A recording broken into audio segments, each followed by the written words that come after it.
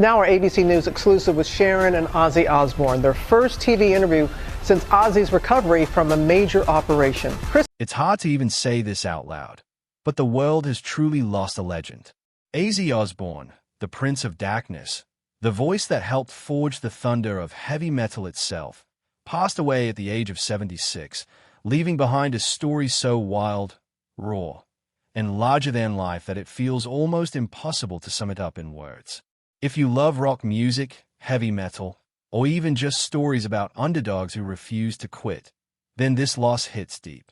Ozzy wasn't just a frontman with a voice that could haunt and electrify stadiums. He was a force that reshaped music and pop culture in a way few ever have. So grab a seat, maybe a tissue, and let's look back at the incredible journey of a working-class kid from Birmingham who became an icon whose music and madness touched millions.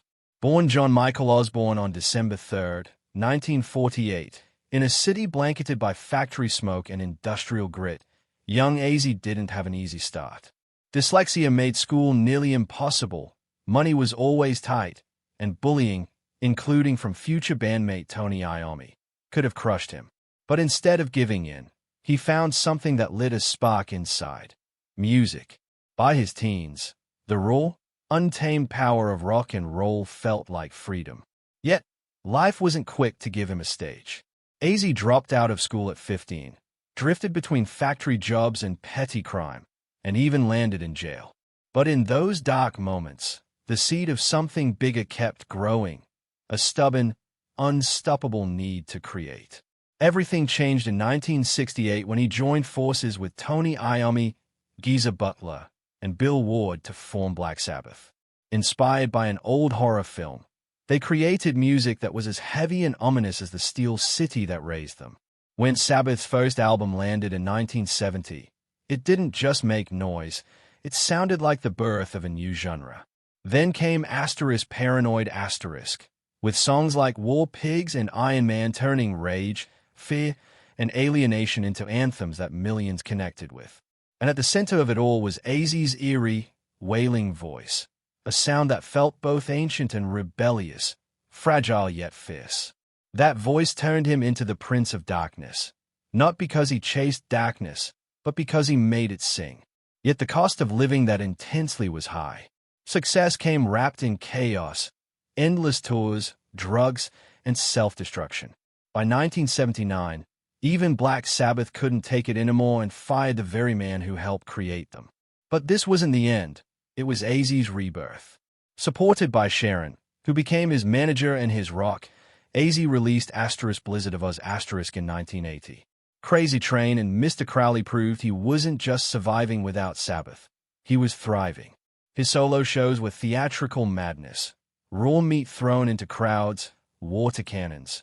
And yes, the infamous moment when he bit the head off a real bat, thinking it was rubber, cementing his legend and shocking the world.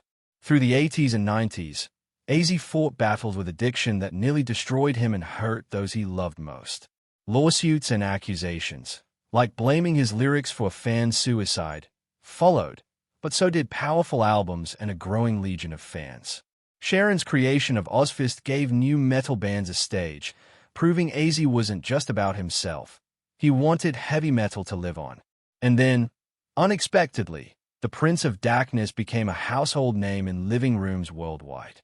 The Osbournes reality show on MTV showed us the unfiltered, funny, foul-mouthed family man who struggled with remotes, loved his dogs, and adored his kids. Suddenly, Ozzy wasn't just a rock god. He was every family's lovable, bewildered dad, winning over millions who never owned a Sabbath album. But age and illness stalked him relentlessly. A quad bike accident in 2003 almost killed him. A Parkinson's diagnosis in 2005, made public in 2020, slowly took away his strength. Yet nothing stopped him completely. Patient number 9 in 2022 proved his voice and spirit still had fire, earning Grammy nods decades into his career. Then came July 5, 2025, his final, triumphant return to Birmingham for back to the beginning star. Sitting on a custom throne, frail but fierce, Ozzy sang to 40,000 fans who screamed every word back to him.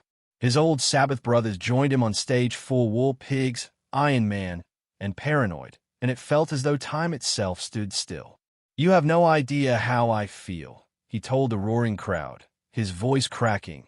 "Thank you from the bottom of my heart."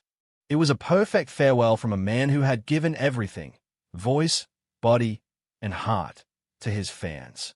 Just weeks later, on July 22nd, surrounded by Sharon, Kelly, Jack, Amy, and his son Lewis, Ozzy passed away quietly. They didn't share the exact cause, only asked for privacy. And while the world mourned, we remembered the truth. Ozzy wasn't perfect. He was beautifully, humanly flawed, but he turned that imperfection into something that saved lives, built communities, and inspired generations.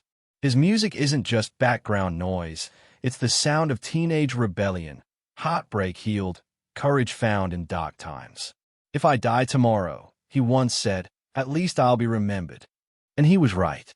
We'll remember the voice that made darkness feel alive, the laugh that lit up reality TV, and the spirit that refused to quit, even when his body failed him.